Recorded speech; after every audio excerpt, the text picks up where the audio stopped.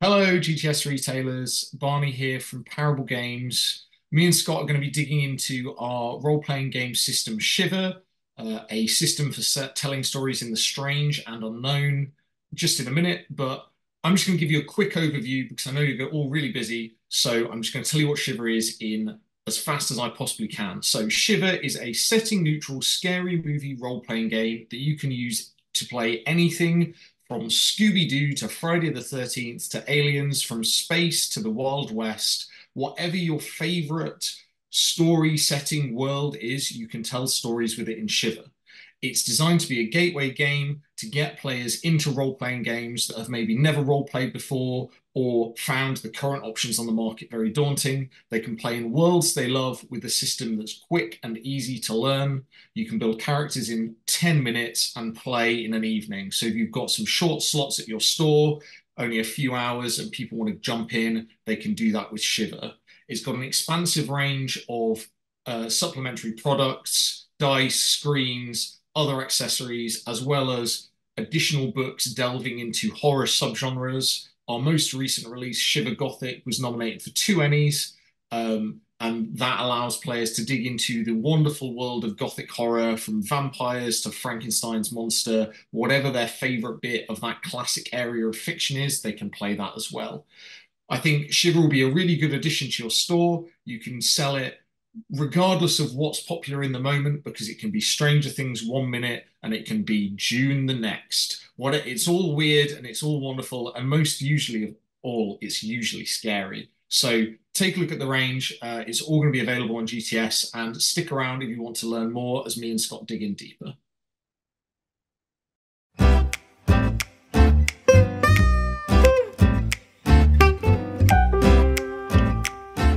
Good morning, GTS retail partners, and welcome to our vendor spotlight. Today, we're featuring Parable Games, and we have Barney Menzies on with us, one of the creators of the Shiver RPG and one of the founders of the Parable Games company, I guess is the way to put it. But yeah, so I met Barney at Gamma this last year, or just last week, really, and it was a great opportunity to get to know he and his brother Charlie, and then see some of the product that they've got, talk about their process. And so we wanted to bring that to you as well, give you an opportunity to hear from them. So Barney, why don't you give us just a quick overview of how Shiver came about, and what your goals were, and what the design process was like.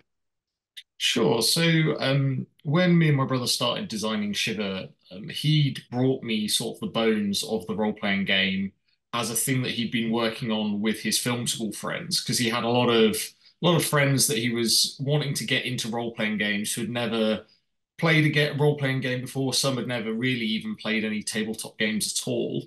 And so he had been hacking together various games systems to try and get to a point where he could play terrible B movies with his friends and create sort of sequels and new following on stories from their favorite bits of culture. Um, and after hacking a load of stuff together, he eventually just gave up and went, you know what, none of this works quite how I want it to. I'm just going to make something myself. Um, so he brought the sort of the very bare bones of that to me. Um, and I had a look at it as a from a sort of retail perspective, because that's what I was doing at the time and still am, is running my local game store, and went, oh, this looks kind of ideal for what I'd like to be selling in my store. It's a gateway game. It sort of plays to the appeal of popular culture without getting locked into a very specific sort of world or idea. And then we started exploring that idea of, well, how would we create a movie style RPG, and what would that look like? What it eventually rolled into was a scary movie role playing game, which you could use to play anything from Scooby-Doo to Friday the 13th, whatever your favorite bit of scary or strange pop culture is. You could use it to play that. And it was also designed to bring those new players on board that had never necessarily role played before.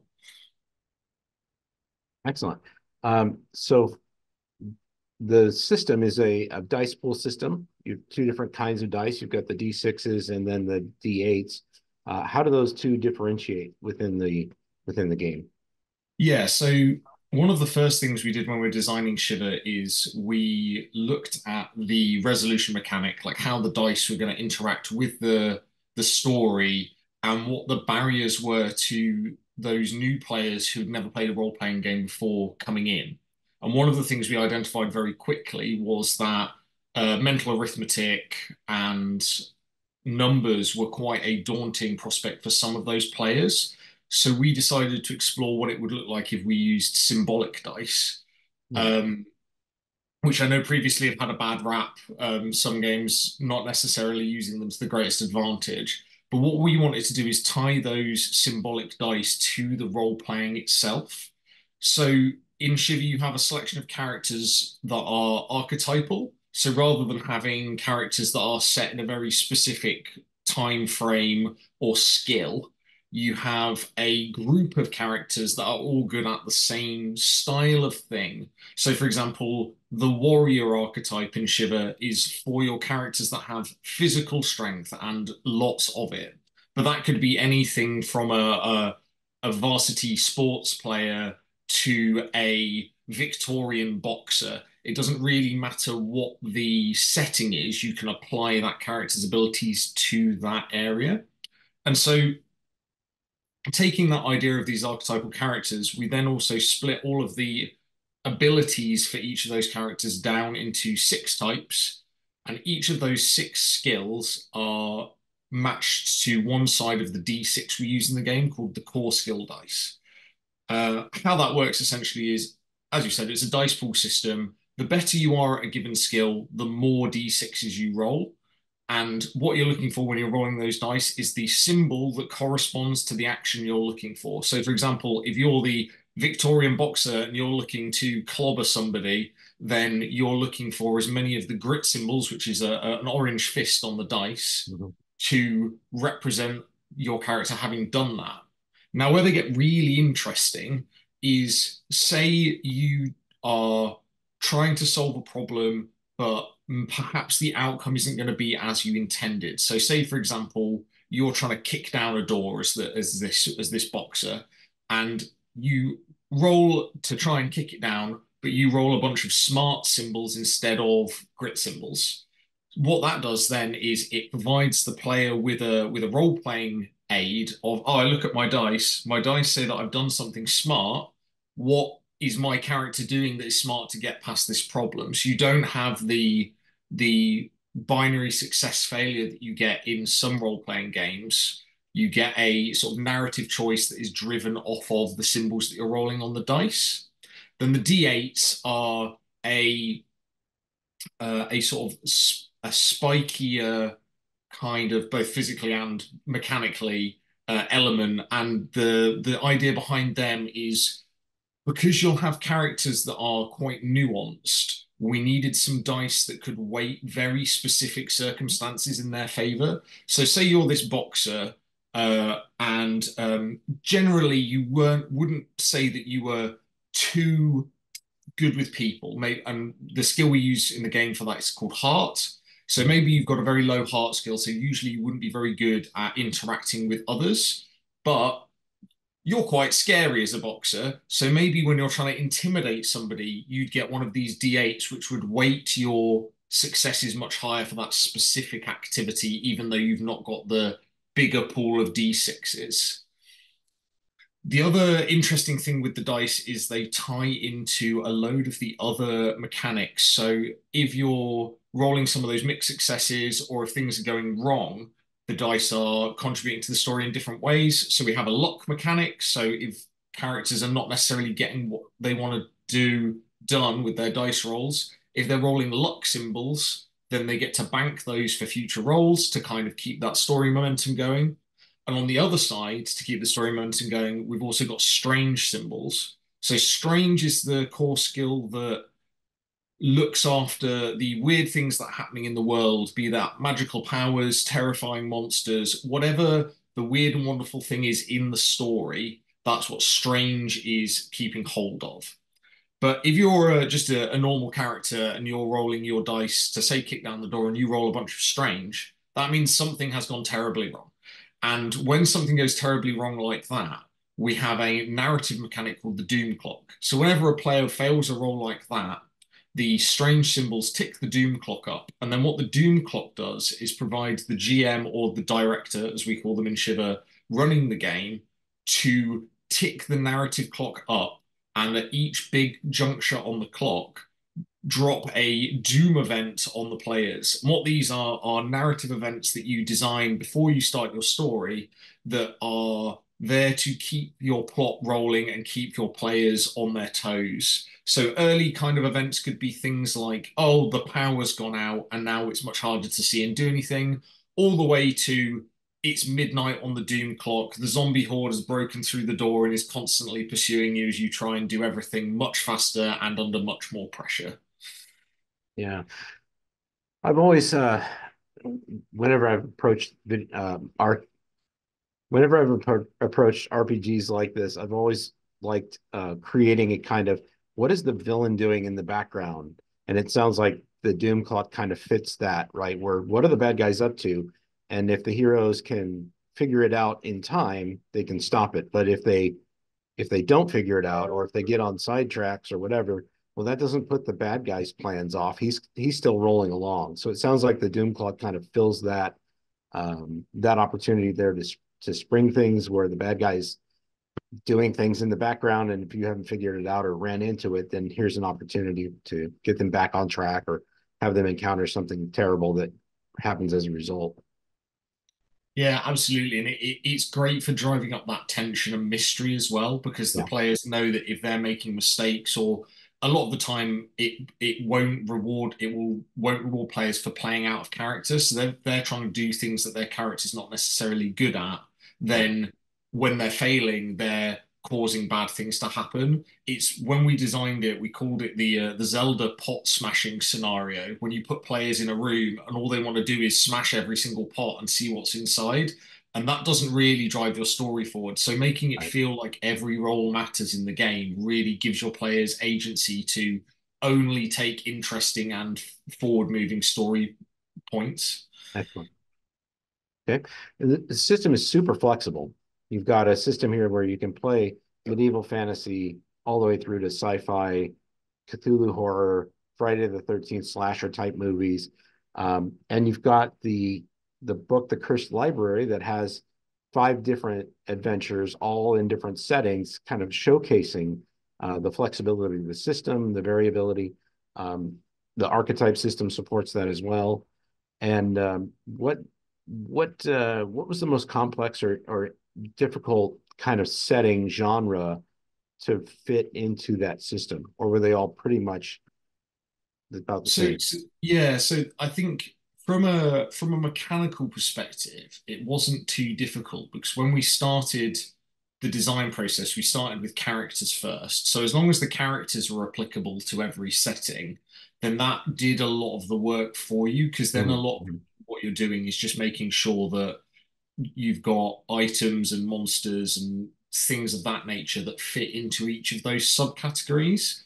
I think probably the most difficult genre to deal with was the slasher. Mm-hmm. Um, that was because generally in like a classic dungeon crawl style role-playing adventure, you have a hierarchy of monsters that you're working through from your lowly goblins all the way up to your dragons. Whilst the slasher stories operate more like a mystery with a single enemy, and working out how to sort of present those in a fun and interesting way Yeah. was a bit more challenging. You also have to get sort of past some of players' preconceptions of things like character death and the fact that they want to be fighting things all the time. And it's a very interesting hurdle to get over for horror because I think a lot of new players, some who've maybe entered in that massive wave of 5e, are used to their characters being very powerful compared to a lot of the enemies. Whilst in Shiver, a lot of the time, the best thing to do is run away and hide, or quite often you can't ever escape and your character might die. And we found that once characters were willing to embrace player death, and we put a lot of rules into the game as well for things that interesting things that can happen when your character dies. That once you got players over that initial hump, they actually found the game way more enjoyable. People coming to their session with three characters written up for when their first character and second character dies, they've got more characters to play. And similarly, sort of those mechanics that I talked about, things like having your character die and then haunt the other players as a ghost, or having them die bitten to death by a werewolf only to come back at the end as the werewolf and fight their other friends. So there's quite a lot of fun stuff that you can do on that front. Right. I guess the other thing with genres is we knew that initially we would start broad, and then with the product roadmap going forward for Shiver, the plan was always to delve into those subgenres individually and flesh out some additional rules and some additional content for each of the genres to give the players who are really big fans of very specific areas a bit more meat to bite their teeth into. So we started obviously with the Shiver Gothic range, which is currently available. And what that does is really dig into Gothic horror as a genre, looking at your sort of classic werewolves, vampires, Frankenstein's monster, and not only lets you explore worlds where those monsters exist, but also lets you explore stories where your characters play as those types of monsters. So playing a sort of League of Extraordinary Gentlemen, Hellboy, Monster Squad style story. And what that allows you to do in Gothic horror is explore the nature of monsters in the narrative and what it's like to be a monster in those worlds. It lets you delve into some very interesting plot. Right. The monster as the protagonist of the story is really interesting direction to take that kind of game. Sort of like the vampire and werewolf type games of my youth.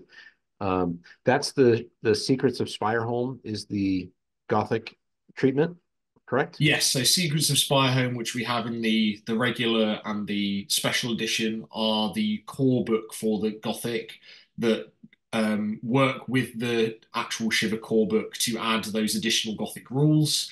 It also adds rules for tying one shots together because the core system is very focused on quick, fast games that people can play in an evening or a day, so they fit nicely into local store sort of playtime. If you've got people coming in on a weekday evening or playing over a weekend, it's very manageable. But Gothic then gives the tools to players who want to tie those one-shot sessions together a way to do that. Right. And then also within that book, there's a huge sandbox setting, which was nominated for an Emmy last year for best setting, which gives you a big walled city full of absolutely every Gothic trope that you could possibly want to play with, as well as a 10-act story to play through. And that is part of a wider world that we will be expanding as we go in the sort of the Shiver universe. So a 10 act show, 10 act campaign is that it is really more of a campaign setting than you would do in a one shot. Maybe you'd have is that like a 10 session kind of concept or It's no, so it very much is a longer form campaign, much closer to your classic fantasy style role playing campaign. Mostly because we found from speaking to players and our fans that the people who were really into Gothic horror had a lot of crossover with the fantasy role playing community because you look at things like Curse of Strahd. Curse of Strahd is ultimately a Gothic horror campaign, and so that a lot of players who are coming over and maybe that was one of their first experiences of role playing are then looking for Gothic horror in other forms to engage with. But depending, I mean, it's the same story with any role playing game campaign. It entirely depends how wide your players wander from the plot. But I think we played that weekly, and it was probably about a 50 or so session campaign for us. And that was sticking pretty much to the plot. So it does have the potential to be a very long story for people to enjoy. so you've already talked about a little bit about how the core rulebook is kind of geared towards the one shot, the long form or a short form kind of setting game.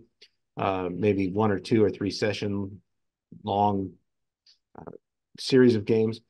Does the core rulebook, the Shiver rulebook, also support kind of an ongoing, or you mentioned Scooby-Doo, where you'd have the same characters encountering a number of different adventures or different threats? Does it also support that kind of gameplay? Yeah, absolutely. So there is ways to tie the one shots together.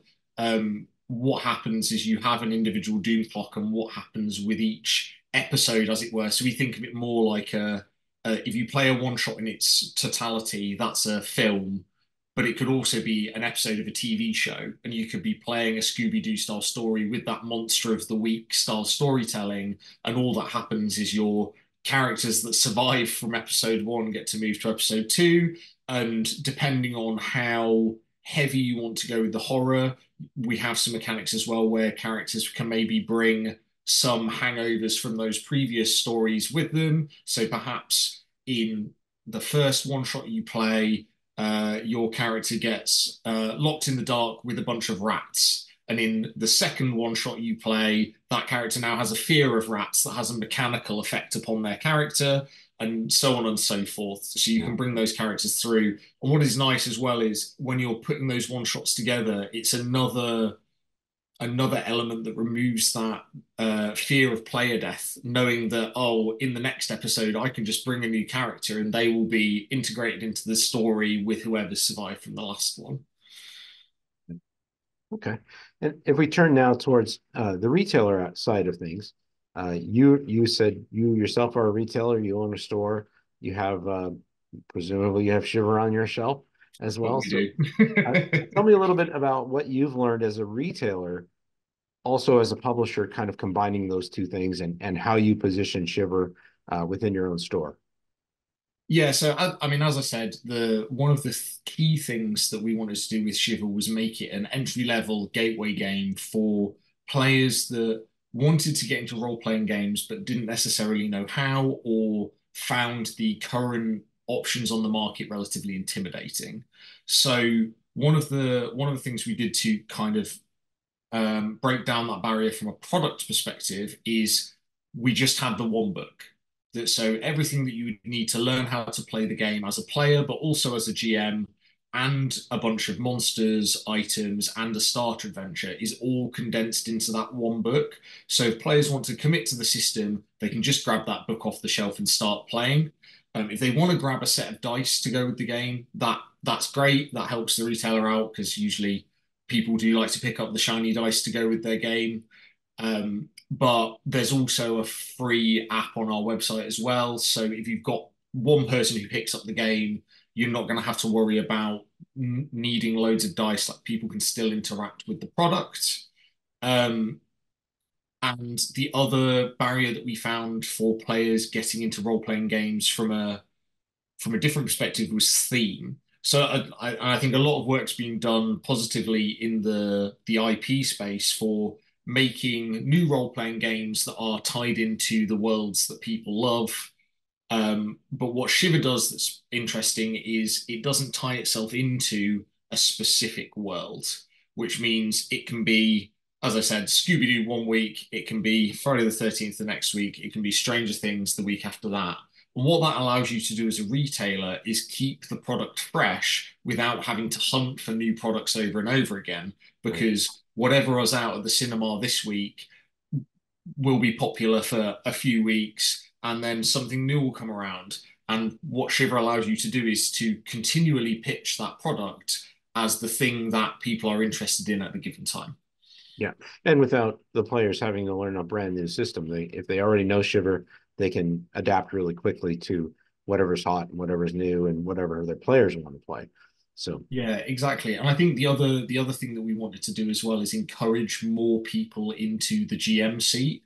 And a lot of what's in that core book on the GM side is fundamentals from I have never played a role-playing game to I could now run this game because my brother was coming from a background in teaching film and television. And so a lot of the lessons that are coming from that are very applicable to role-playing games about how to structure a story, how to generate tension, and it gives you those baby steps as a new GM to start running that game. And as we all know in the retail space, GMs is the rare commodity that you need to make sure that there's play happening in your store because those are the taste makers that will drive other people to want to participate in the games.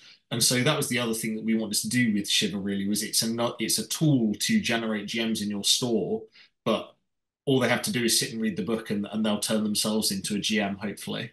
Yeah. And there is a lot of supporting content in the book, both for GMs and lots of weapons and armor and magic items or just items in general that span that gamut of from fantasy all the way up to high sci-fi. So there is a lot of supporting content. A lot of the work for a GM has already, or a director, as you call it, has already been done within the book itself. So that makes it a very easy and accessible point of entry for somebody who wants to run a game and wants to have that time with their friends. The one-shot system is really a good pitch as well because it's great for cons. It's great for that night where half your players didn't show up or where maybe one or two didn't show up and you want to do a short form quick game. To that, on the one shot side, how long does it take for a GM to typically prep a game for something like that? So it depends entirely on what style of prep they're doing. So if they just want to do something out of the box, it shouldn't take them more than skim reading the adventure, to be honest. And all of our adventures are structured in a way where there's a page of information that gives you, as the director, the heads up of what's going to happen in the story. It gives you a full outline of what's going to happen. So even if you've done no prep, you can read two or three paragraphs and go, okay, I've got the story beats in my head. And while my players are messing about fiddling with this elevator or trying to work out how to like untie the person that's being kept hostage, I can read the next section and find the relevant bits to the story. Um, and as for going off the fly, once we have a very intuitive monster and item creation system that just gives you some basic tiers for how powerful your weapon could be in a given situation or how strong a monster could be. And that lets you spec out stuff on the fly really, really fast. So if you need a medium strength monster that's quite smart, you'll be able to just skim through the core book and find the components for that really fast. Right. There's also a sort of a monster AI mechanic, as it were. So whenever players are hitting monsters, the monsters roll. You just roll a dice on a table and you see what the monster does depending on its type. So that takes a lot of the weight lifting off you in the combat sense as a GM. So you can use those tables and you can modify them as you like. But the whole idea was to give tools to GMs to make sure that there wasn't a lot of lifting on their end unless they wanted to be in terms of deeper character design, deeper story design. And that's kind of what we designed the Curse Library to be, was that swathe of short stories with examples of how the system can be tweaked and modified to your needs and to your genre of choice. Great. All right. So if I was coming into your store, I've seen Shiver on the shelf, and I said, in like a minute, what's your sales pitch for that customer coming in and looking at the game? So generally, when I'm pitching Shiver to a customer, my first question to them is, well, first assessing whether they are, assumedly if they pick Shiver up, they're already interested in role-playing games as a category. So Mhm. my leading pitch is usually, what's your favorite scary movie? And depending on what their answer is, you can then tailor the product to their needs. So a lot of the ones I get when we're out at conventions selling Shiver is, oh, like, what's your favorite scary movie? And people are like, oh, I don't really do scary movies. I don't like horror. To which that's when you roll out the Scooby-Doo and you roll out the Stranger Things that people don't necessarily associate as horror movies, Right. but are linked intrinsically with the genre in a way that people enjoy. And at the other end, you'll get people who are die-hard obsessed with a very specific subgenre of horror, and you'll be able to guide them to sections of the book that are easily labeled by sort of those subgenres. So if you have a person who's into slashers, you can take them to the slasher bestiary in the core book that has slashers of our own making that they could play with, or ways to make their own. And what that allows you to do is, and this is true, I think, of any products that we're selling in hobby retail stores, is it allows you to engage with the your customers' point of passion and link that to the products that they're going to buy in your store. Yep, great. One of the things you mentioned earlier is that you had the core rulebook, and now you've expanded at least once into the Gothic horror. One of the things retailers really appreciate is knowing that there's future content coming for support of the game. They can sell it as, hey, this is the core rulebook, and there's all these, if you're into Gothic horror, here's Spireholm, and if you're into science fiction, here's whatever future release is coming out. Do you have a plan that you can share in place in terms of at least like estimated times and the genres you're going to be getting into? Yeah, so we have a roadmap that is 3 years out for expansions for Shiver. What as a retailer, one of the things I knew when we were designing Shiver was if retailers are going to carry this, they're going to want it to have, as you said, that continued support. Right. And the subgenre model provides that really nice touch point of it. It allows players to keep re-engaging over and over again, and it allows them to either dig into their favorite subgenre when it comes out or to explore a genre that they've maybe not so familiar with. So obviously, Gothic is currently available as the first thing that we did. The next release that we'll be bringing out shortly later this year for retailers is a double feature release, which is Shiver Blockbuster and Shiver Slasher. So Slasher was the hardcore horror subgenre that everybody wanted, so we absolutely had to do that one. Um, but on the other end, Shiver Blockbuster was a thing that came out of the discussions we had at conventions after that first release of the core system, of all these players talking about, oh, well, I don't like horror, but I like Scooby-Doo, I like Jaws, I like Jurassic Park. And all of these style of movie and TV shows are horror in essence, but they're PG-13 horror. They're more threat and suspense than they are blood and gore. And I so we wanted to create a section of Shiver that catered more towards that audience as a not only is Shiver a entry into the RPG world, but Shiver is also an entry into the horror world for people who haven't necessarily interacted with that in that mindset before. And then going forward from there, we're looking to have at least one Shiver release a year for a subgenre. We currently have a swathe of ones that we're sort of dipping in and out of on our Patreon for our hardcore fans that kind of spoils some of the content that might be in some of those books. So at the moment, we have some cryptid style adventures for the people who love Bigfoot and Yetis and those kind of things. But we also have corporate horror. So in the core rulebook, the starter adventure is a corporate dungeon crawl from an evil science facility. And that starter adventure is one of our most popular adventures. We run it at cons and it gets great reception.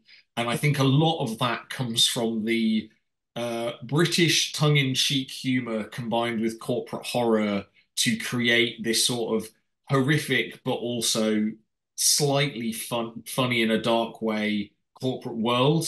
And so one of the expansions that we're going to be working on is a corporate horror expansion that digs into that idea as well.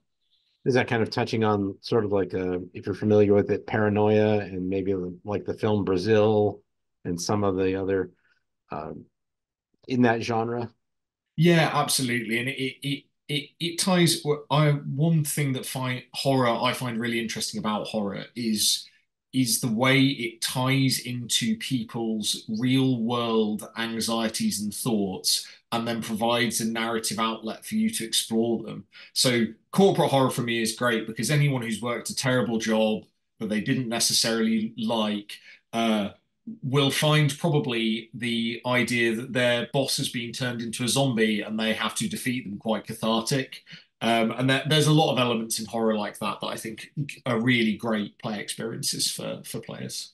Yeah, the cathartic horror experience is great. Great way to describe that. So the everyday horror of working in a cubicle and that kind of thing. Excellent. All right. I really appreciate your time, taking your time out of your evening to be with us and to talk. Is there anything you would want to make sure our retailers are aware of with regard to Shiver that maybe we haven't covered yet? I think, to be honest, we've covered a lot of it. Thank you to any retailer that's taken the time to watch this. I know it's a busy life as a store owner, so it's much appreciated that you've taken the time to watch this. One thing I would say, just on an ordering front, is what we found with Shiver is it's it's great for a breadth of experience. So even if you're not necessarily super knowledgeable on the horror genre, you'll find that the passion of your customers will come through to specific products. So having that breadth of, say, the Curse Library and the Shiver Gothic products will give players that opportunity to engage in a variety of different ways with the products that then you can sort of discuss with them and help sort of sell them in on the system. I think from a retailer perspective, I think that's going to be really great for stores. We've also got a bunch of other elements that we're doing to work with stores once they have the product in. So we're currently in beta at the moment for an organized play system.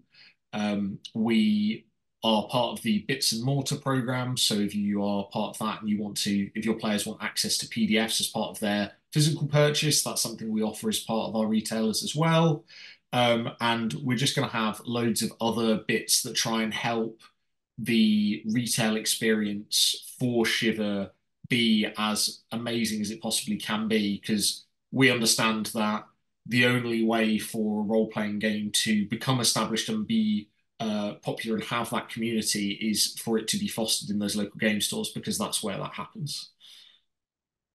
Awesome. Yeah, those support systems are vital, as you know, as a retailer, to get people engaged with the product, and so it becomes a part of their routine, a part of their life, something that they're really invested in. So I really appreciate when our vendors go out of their way to help stores really develop those programs that keep bringing people back. So that's key.